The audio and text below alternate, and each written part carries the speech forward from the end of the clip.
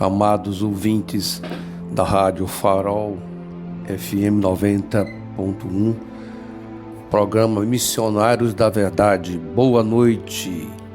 Quem vos fala é o pastor Júlio, pastor da Igreja Batista Reformada em Maceió. É um prazer enorme estar com vocês nessa noite, estar com você no seu carro, na sua casa, que essa palavra de Deus vá ao encontro do seu coração.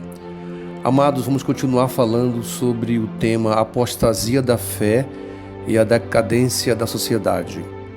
Hoje nós meditaremos a segunda carta de Paulo a Timóteo, capítulo 4 e versículo 3, que diz: Pois virá o tempo em que não suportarão a sã doutrina.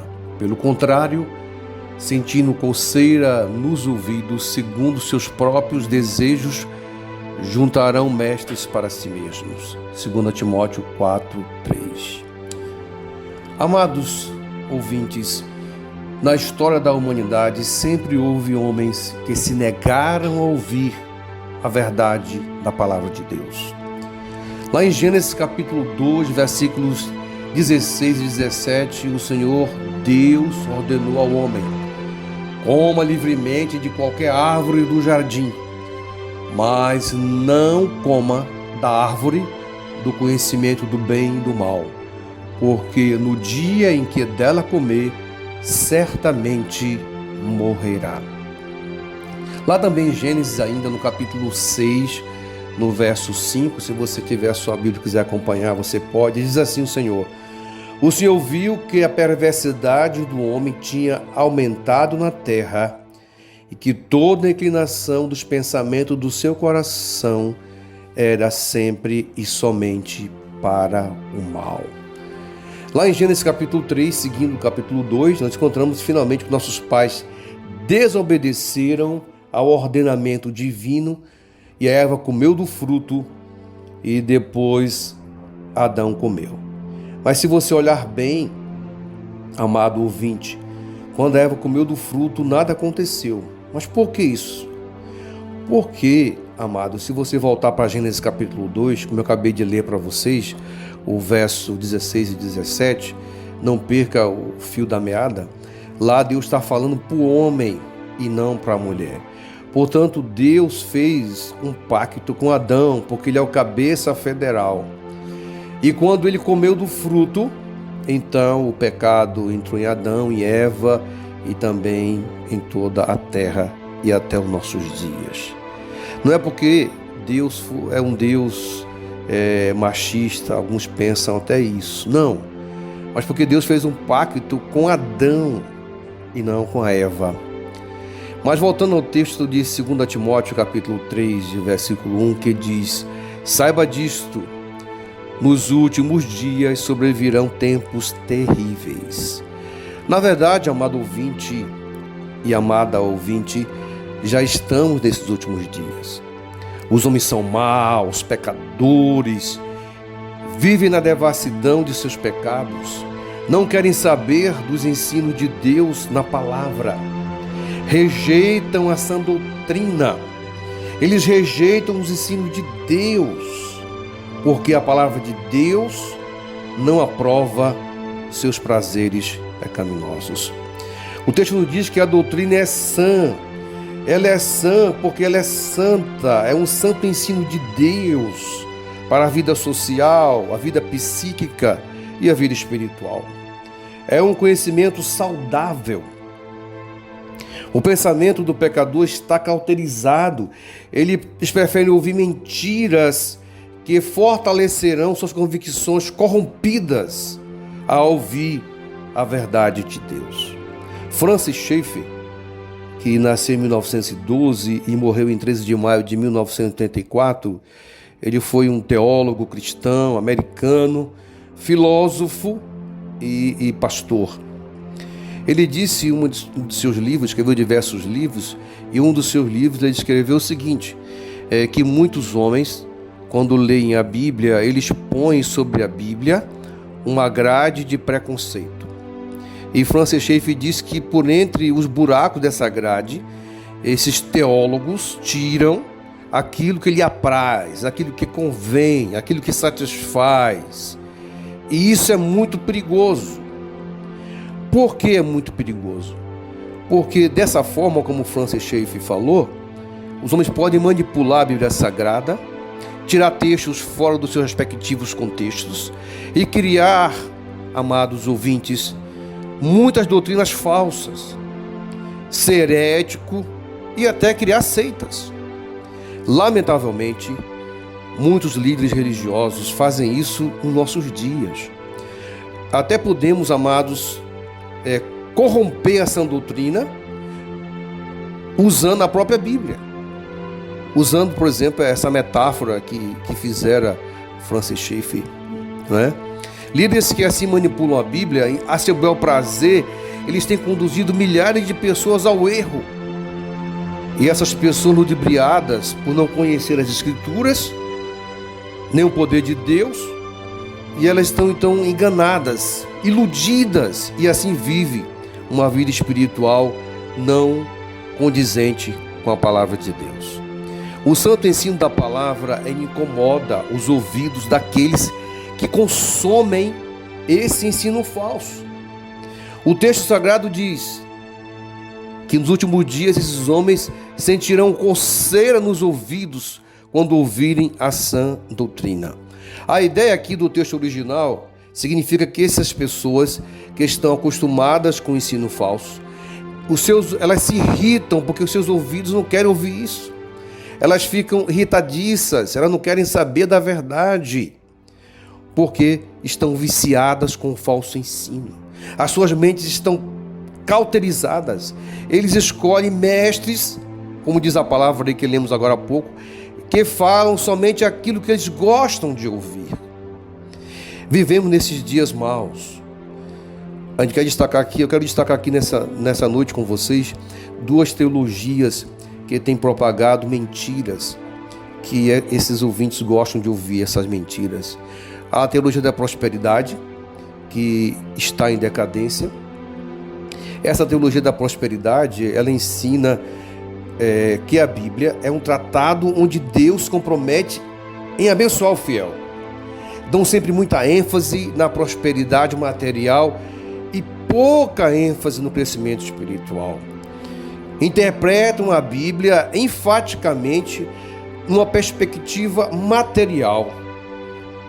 Mas hoje, essa doutrina da prosperidade não está mais em voga, porque a moda em nossos dias é a teologia coaching. Eu não sei se você tem ouvido a teologia coaching, talvez você não tenha até consumido essa doutrina sem saber que é coaching. Essa nova doutrina, na verdade, é uma roupagem da teologia da prosperidade. É uma nova roupagem dessa doutrina da prosperidade. Ela é travestida, amados ouvintes, de humanismo, de materialismo e existencialismo, essa teologia coaching. Ela é humanista por quê? Porque ela tem o homem no centro de tudo. Essa teologia coaching, que você talvez tenha até ouvido sem saber, ela prega sempre através de palestras motivacionais e encoraja as pessoas a usarem a sua fé para alcançarem seus objetivos. Encorajam a fé em Cristo, mas, na verdade, a ênfase dessa teologia coaching está no esforço humano. Essa teologia coaching, meus amados, ela é também materialista, porque o seu enfoque está em conquistas pessoais, financeiras e emocionais, como, por exemplo, como ser o melhor marido, como ser a melhor mulher e coisa do gênero. Essa teologia coaching, ela é soberba bem mais do que a teologia da prosperidade. Eu aconselho você a ler um artigo do irmão Pedro Pamplona no Google, da Igreja Batista Filadélfia, em Fortaleza. Ele fez um artigo muito interessante que eu quero aconselhar que você dê uma olhadinha lá, dê uma lida. Essa visão da teologia coaching, na verdade, meus queridos amados ouvintes, ela é uma teoria, porque não pode ser nem classificada como uma teologia, porque ela é mesclada com o coaching, com a ideia de coaching, colocando o homem no centro e não Deus. ela reduz Deus aos desejos dos homens. Ela coloca Deus como sendo aquele pai que faz tudo o que o filho quer. Essa teologia nova está substituindo a teologia da prosperidade. E muitas pessoas amam consumir essas mensagens emotivas e antibíblicas. Amados ouvintes da palavra de Deus, eu quero repreender você se você tem consumido essas obras, essas mensagens, que isso é antibíblico, porque o ensino central desses mestres é o homem, seus esforços, e Deus fica fora, completamente fora disso. Uso a Bíblia apenas como pretexto, como diz Francis Schaeffer. Uso a Bíblia para dar suporte àquilo que eles querem ensinar.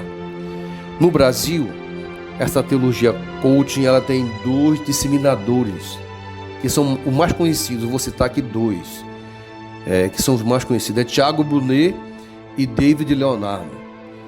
E quero ler alguns versículos da palavra de Deus para você nessa noite, que derrubam completamente essa teoria de coaching. Eu quero ler para você, amado ouvinte, Jeremias 9, de 23 a 24, que diz: assim diz o Senhor, não se glorie o sábio em sua sabedoria, nem o forte em sua força, nem o rico em sua riqueza, mas quem se gloriar, glorie-se nisso, em compreender-me e conhecer-me, pois eu sou o Senhor, e ajo com lealdade, com justiça e com retidão sobre a terra, pois é dessas coisas que me agrado, declara o Senhor. Há outro texto também que eu quero ler para vocês, amados ouvintes, que está também em Jeremias.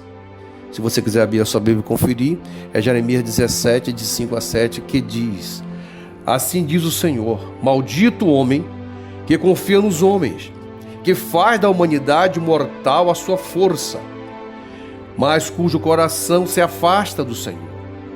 Mas bendito é o homem cuja confiança está no Senhor, cuja confiança nele está. A dita teoria do coaching, ela prega o humanismo, o homem no centro, o homem sendo o mentor da sua vida, que pode fazer aquilo que quiser, contanto que haja com fé, que persevere. E quando olhamos a Bíblia, isso não é verdade. E quero ler mais um versículo que vai contrário a essa teologia da moda chamada de coaching.